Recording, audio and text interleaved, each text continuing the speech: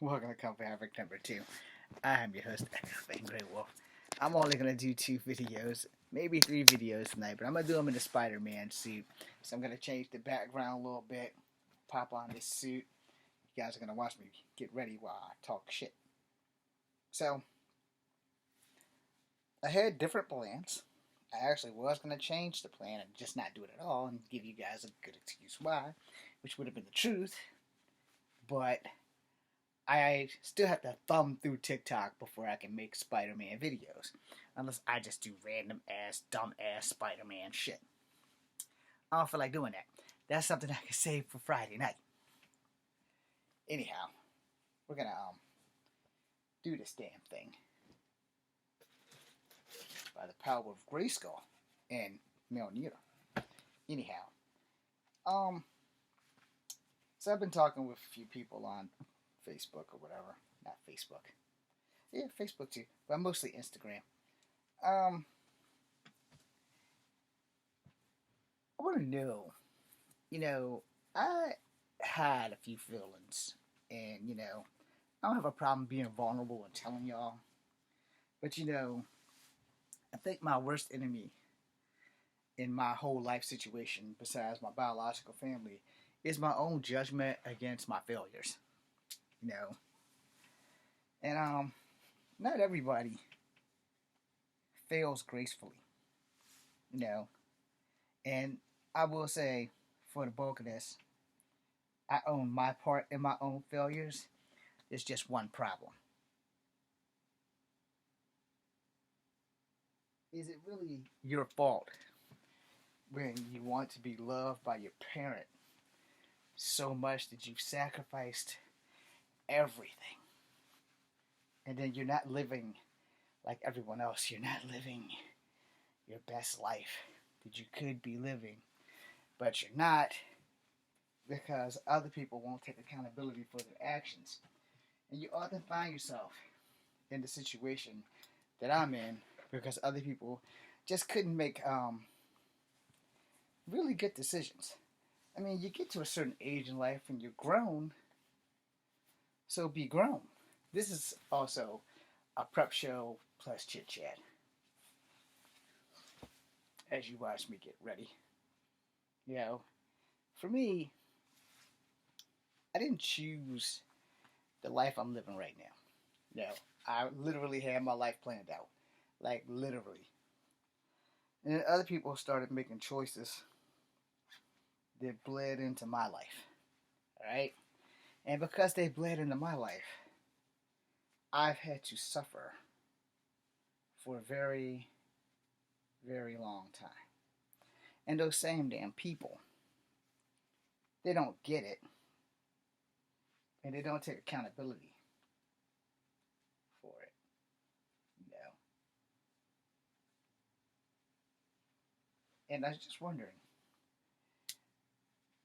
how much of the accountability do I have to take for their lives bleeding into my life and totally fucking ruining it? I mean, I know that people will always tell me, you could have said no. You could have said no. But they'll never take into accountability of how many times I actually said no and still had to do the shit that wasn't my concern. It wasn't something that I needed to worry about. Because no matter how much I said no, bad shit still kept happening and I still had to keep paying for it. So, if I can be vulnerable for a split second, just a split second, I want you guys to think about this. Because here's the thing. I'm a 50-year-old man, and you can laugh at me all you want for the cosplay and for my undying crush on the fabulously beautiful, flawlessly beautiful, dangerously sexy Zeta Zhang, who's never going to see this shit. And I know there's a snowball chance in hell of me ever getting to marry her. But I would love to have that opportunity. And I can give loyalty, and faithfulness, because I've never cheated on a girlfriend. I'm always the guy getting cheated on. But, when you are young and you map out your life, I mean from point A to point B until point D. D being death, ever after. No. How much pain and suffering should a person have to go through to get from point A to point B? Point A basically means at the start. Point B means the best life, which is in between the moments you're living and death. How much suffering do you really think a person should have to go through to reach their end game? And I come from a big family. There's 7 of us, not counting my 2 brothers that my dad had with another woman. You know, how much suffering should I have to take responsibility for in my own life when I didn't choose the life I'm living? Like I said, I had my life mapped out. From a young age, I wanted to be a scientist. Not gonna lie, Spider-Man had a lot of influence in that, but Spider-Man was a chemist. Peter Parker was a chemist. Miguel O'Hara is a chemist. All the other Spider-Men have had different occupations. Ben Reilly was a fucking dishwasher. Peter Parker was also a part-time photographer. Freelance. Now, I'm okay with a camera, but I'm not Spider-Man. Yeah, I do live in the reality that I am not Spider-Man. Suit makes me feel alive. I've been through a lot of shit. I have not been mentally okay for quite some time until like 2021, 2022.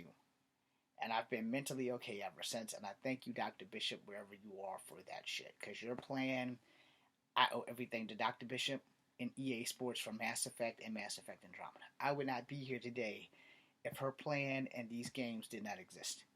Alright? I didn't cause any of my suffering. I inadvertently stumbled into suffering. Like I said, as a kid, I wanted to be a scientist. I failed the 4th grade because of science. I had a lot of racial issues being mixed. I got through it, Never got over it, but I got through it. I lost my father at 42. My world was over. Prior to that, at 37, I lost the girl who I thought was the love of my life.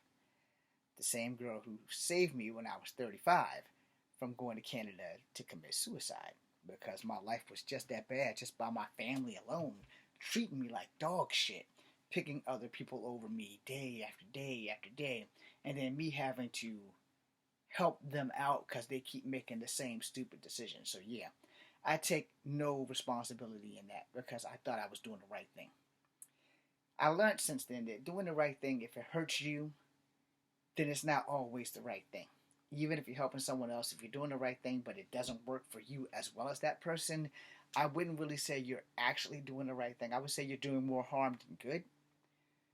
But at the time, it may seem like the right thing. So you have to be careful at your choices of doing the right thing for your own safety. Now, I've gotten better now, and I owe a lot of that shit to my bro, Courtney Monroe, like the suit. We need to talk when you get the chance, brother, so that we can get the other suit. And I think I'm pretty sure I'm going to need another Ben Reilly suit. Anyway, that being said, you guys have to understand. You're only partially responsible for the choices that you choose to make. You are not responsible for choices that people have made for you in your life. Don't ever forget that. That being said, I'm Echo Fan Grey Wolf. Let's have a little fun. Thank you for watching. Be seeing you.